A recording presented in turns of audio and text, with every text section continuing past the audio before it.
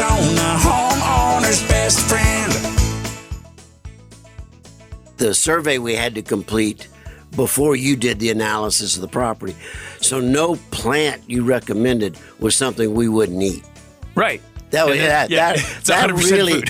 really narrowed things down really well. We got the 5 different zones and what would work well based on the palette we had set up of what we would like to grow. Exactly. Yeah, we found it extremely helpful. Yeah, and that's what we find. Everybody seems to really love that because we're focusing on what you can actually eat. And we know everything on the list you can grow here.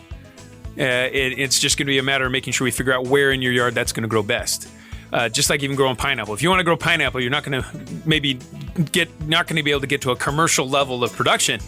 But you can have what a conversation piece. A couple times a year, you got a pineapple that you grew, and you're sharing with your friends when they come over for cocktails or whatever. It's fun.